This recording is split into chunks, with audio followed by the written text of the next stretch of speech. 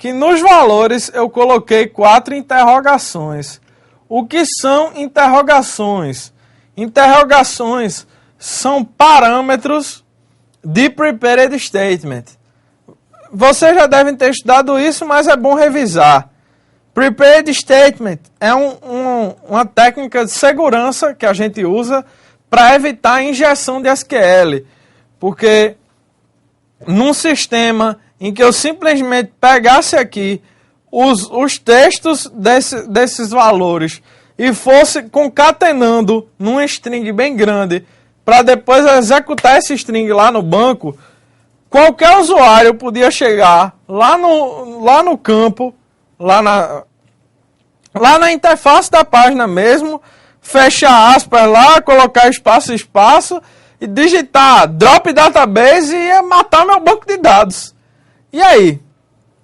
Então, para evitar injeção de SQL, eu vou usar aqui um prepared statement que vai garantir que eu só vou ter aqui parâmetros mesmo. Não vou ter código SQL sendo inserido dentro do código SQL. Ok? Aqui nós vamos criar um prepared statement, certo? Dar um cast para o prepared statement e pedir para a nossa conexão um prepared statement. E aí forneceremos como parâmetro para o construtor do prepared statement o que?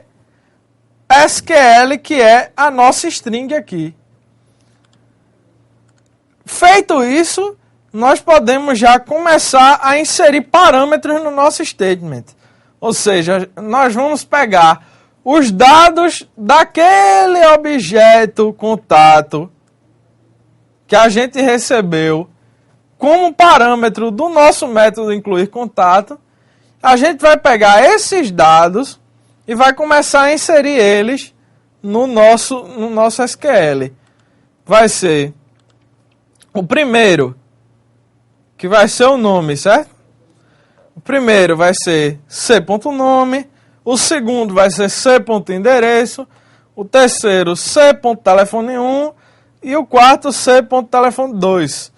E por fim, a gente vai dar um execute update. Percebam que isso daqui não está transacionado. O correto seria que eu fizesse uma transação para, no caso de acontecer algum erro, ele não executar esse update no banco. Mas como eu estou executando apenas um insert e eu já testei e sei que ele funciona, eu posso executar ele diretamente. Mas se eu fosse executar vários códigos SQL sucessivos, seria obrigatório que eu usasse uma transação, porque se eu não usasse, ia ficar muito inseguro. Eu ia correr o risco de fazer uma parte do que eu estava mandando ele fazer corretamente, e dessa parte depender de uma outra parte que ele não iria executar corretamente. E aí eu precisaria dar um rollback, ou seja, desfazer até o que eu fiz certo, já que haveriam dependências entre essas coisas. Mas como nós vamos fazer apenas uma operação, que é a inserção de um contato, não vamos precisar de transaction no momento, ok? Vamos lá. Eu dei o catch aqui, SQL exception, para, se acontecesse algum erro, eu pudesse ver ele aqui embaixo, na saída do domínio do Glassfish. Ok? E nós podemos vir aqui para o public arraylist contato, listar contatos. Que vai ser basicamente o quê? Eu vou instanciar um result set. Eu tenho aqui um result set RS. Tem um arraylist lista, que vai ser o retorno do método, que eu vou instanciar aqui. E aí, a gente começa aqui o nosso try. Lembrando para que esse try? Eu vou mexer com o banco agora. Se o banco retornar algum erro, eu preciso capturar esse erro através de uma SQL exception. Então eu preciso sempre usar try catch, ok? Aí, vamos lá. Primeira coisa que ele manda fazer, conectar, dar string SQL, select asterisco foram contatos. Aí, o que é isso daqui? O sistema de reconhecimento de expressões regulares do MySQL, assim como da grande maioria dos bancos, ele entende que quando você escreve select asterisco, você está pedindo todos os campos de uma tabela. E aí eu vou dizer para vocês, isso daqui é a pior coisa que se pode fazer em uma aplicação que conecte banco de dados. É melhor que você escreva parâmetro por parâmetro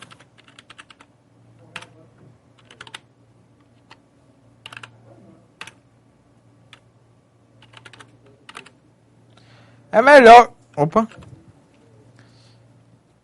melhor que você escreva um por um todos os campos da tabela. Vai ter um desempenho 1000 vezes melhor do que se você simplesmente colocar asterisco. Mesmo que a requisição seja a mesma, você vai estar pedindo todos os campos da tabela do mesmo jeito.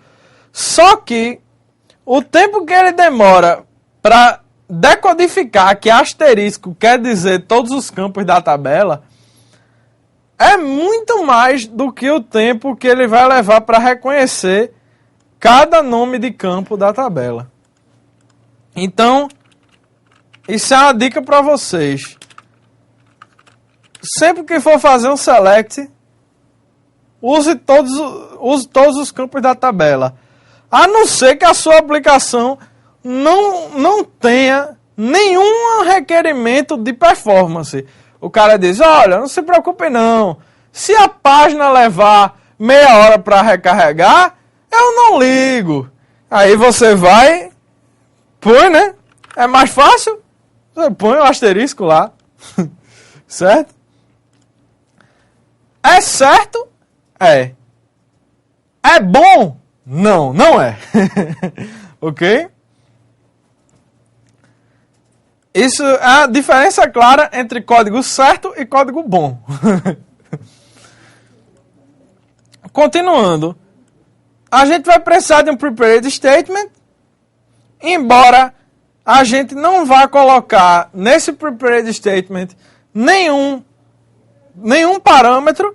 Então ele poderia ser um statement normal, sem ser prepared statement.